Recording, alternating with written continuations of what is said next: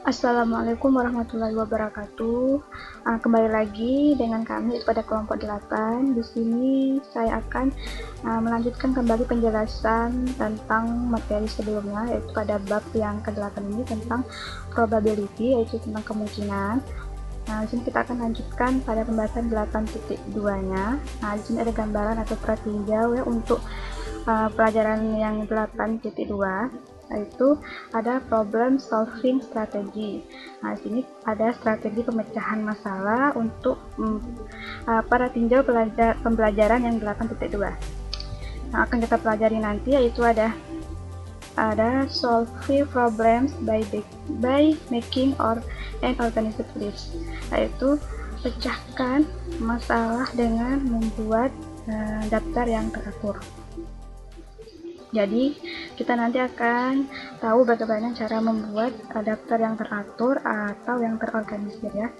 Di sini ada gambaran percakapan dari dua orang, yaitu ada seorang laki-laki dan seorang perempuan. Yang dimana percakapan tersebut yaitu tentang ini saya akan terjemahkan. Kami memiliki semua pesanan untuk karangan bunga pada hari Valentine. Setiap siswa dapat memilih kombinasi anyelir, yaitu dengan warna merah, ada merah muda, putih, atau kuning untuk karangan bunga tersebut. Ini ada pertanyaan, menurut Anda berapa banyak karangan bunga yang berbeda? Ini ada gambaran tabel ya dari pertanyaan tersebut. Dimana ini ada explore, ada jelajah, ada fly ya, ada fly, ada sort, dan ada excitement. Di sini tadi ada terjemahannya. Kita ingin tahu berapa banyak ya karangan bunga yang berbeda dari yang dapat dibuat dari 4 warna anyelir. Sini kita akan membuat daftar yang terorganisir dari karangan bunga tersebut. Di sini ada bentuknya, ada di mana itu ada 4 warna dari karangan bunga, yaitu ada warnanya ada merah muda, putih, dan kuning. Ada karangan bunga dari 3 warna, yaitu ada pembagiannya ada merah muda dan putih, ada merah muda dan kuning, ada merah putih dan kuning, ada merah muda, putih, dan kuning. Dan untuk karangan dengan 2 warna, yaitu ada pembagiannya ada merah muda, merah dan kuning, merah muda dan kuning, ada merah dan putih, ada merah muda dengan putih, ada putih dan kuning. Jika dia pembagiannya ada karangan bukan untuk satu warna, yaitu ada merah, putih, merah muda, dan kuning. Dapat disimpulkan ya, ada 1 karangan bunga yaitu dari 4 warna, ada 4 karangan bunga dari 4 karangan bunga dari 3 warna, ada 6 karangan bunga dari 2 warna, dan ada 4 karangan bunga dari 1 warna. Jadi dapat disimpulkan atau dapat dibuatlah, yaitu dimana 1 ditambah dengan 4 ditambah dengan 6 ditambahkan dengan 4, maka yaitu jumlah keseluruhannya menjadi 15 karangan bunga.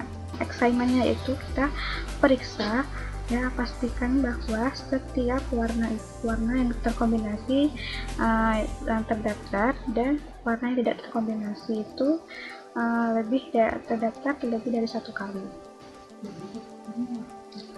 Baiklah, kita akan lanjutkan pembahasan submateri yang 8.2, yaitu tentang counting outcomes, yaitu tentang menghitung hasil.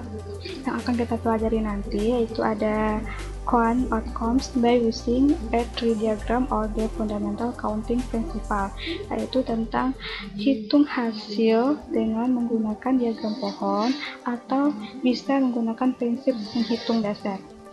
Dan sini ada new vocabulary-nya, yaitu ada kosakata baru, yaitu ada tree diagram, yaitu ada diagram pohon, ada fundamental counting principle, yaitu prinsip dasar menghitung.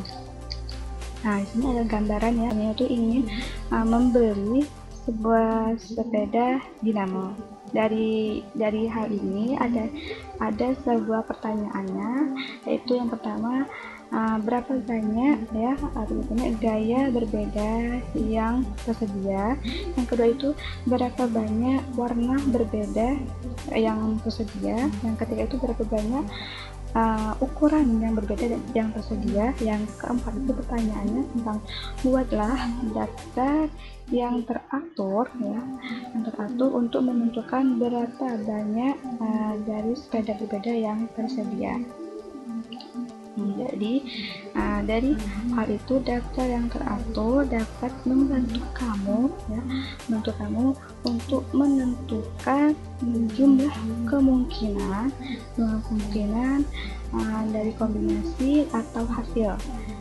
Itu salah satu jenis ya jenis daftar yang terorganisir itu adalah diagram pohon. Nah, ini adalah new vocabulary-nya. Nah, ini ada contoh ya, ada examples, yaitu tentang use the tree diagram, yaitu tentang gunakan diagram pohon. Nah, contoh pertama yaitu ya tentang masih seputaran gambaran sepeda. Ya, di sini ada, saya akan terjemahkan pertanyaannya apa, yaitu gambarlah diagram pohon untuk menentukan jumlah sepeda yang berbeda ya, yang dijelaskan dalam contoh yang di atas tadi. Itu ya gambarannya, kita akan jelaskan. Nah, di sini ya ada gambarannya itu ada gaya, ada warna, ukuran, dan yang pembagian tentang pembuatan daftar hasilnya nanti. Yaitu tentang sini tuh ada sebutkan setiap gaya sepeda. Ini ada pembagian tentang setiap warna dipasangkan dengan gaya sepeda itu masing-masing. Yang ukuran ini ya, setiap ukuran itu dipasangkan dengan gaya warna sepeda masing-masing. Dan pembagian ini kita akan membuat daftar semua hasil saat memilih sepeda tersebut. Sebuah sepeda tersebut. Nah, di mana di sini ada dua pembagian gaya sepeda, yaitu ada gaya sepeda untuk gunung dan sepeda untuk 10 kecepatan. Pembagian yang warnanya yaitu ada untuk sepeda gunung ada tiga warna, ada warna merah, hitam, dan hijau. Nah, di sini ada ukuran dari pembagian dari sepeda warna tersebut, ada warna merah, hitam, dan hijau. Itu dimana ada misalnya ada pembagian ukuran untuk yang gaya sepeda warna merah. Nah, untuk sepeda gunung ada warna merah dengan ukurannya ada 26 inci. Dan misalnya lagi untuk yang sepeda warna hitam misalnya dengan ukuran ya 26 inci, tetapi warnanya berbeda. Nah, begitu juga misalnya untuk yang warna green, warna hijaunya misalnya yang 28. Gaya sepeda gunung dengan warna hijau yaitu dengan 28 inci. Dan untuk pembagian yang gaya sepeda 10 kecepatan juga sama, yaitu ada tiga warna, ada warna merah, hitam, dan hijau. Nah, di sini juga ada pembagian ukurannya juga sama. Tinggal kita buat ya pembagiannya, misalnya tuh ada warna merah dengan gaya sepeda dengan 10 kecepatan, yaitu ada warna merah dengan 26 inci ukuran jenisnya. Dan juga misalnya ada warna hitam dengan ukuran 28 inci atau warna sepeda warna hijau dengan ukuran 28 inci.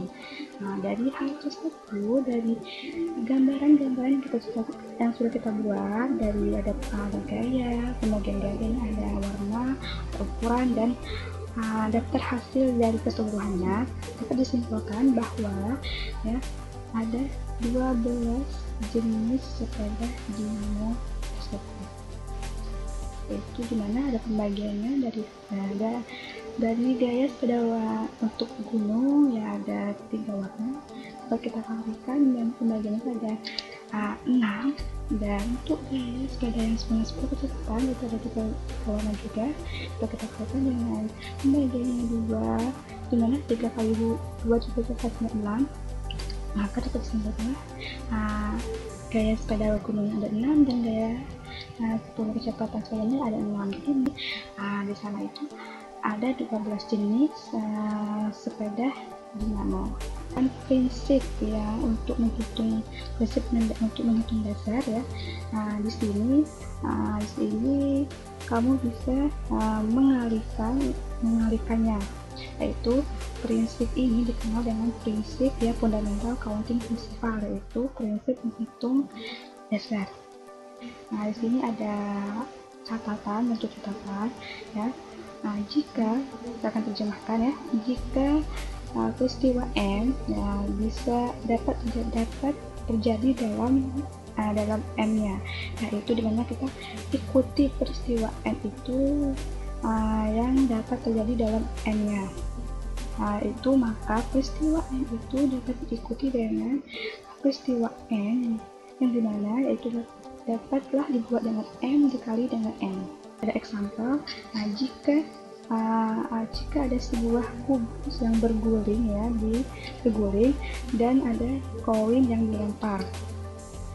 Di sana dapat kita buat hasil daftarnya, yaitu daftar yang terorganisirnya. Prinsip menghitung dasar yaitu dimana ada 6, karena kalau pembagian kubus itu di sini ada 6, dan karena ada 2 benda, jadi ada kubus dan ada koin, jadi dikalikan, jadi kemungkinan hasil itu adalah 6 dikalikan dengan 2, yaitu menjadi 12. Jadi kamu dapat juga menggunakan prinsip menghitung dasar ini ya ketika apabila ada peristiwa yang lebih dari 2. Contoh yang kedua yaitu tentang gunakan prinsip menghitung dasar, hitungan dasar, yaitu tentang fundamental counting principle. Amerika Serikat radio dan televisi itu menggunakan huruf panggilan yang dimulai dengan huruf K dan W.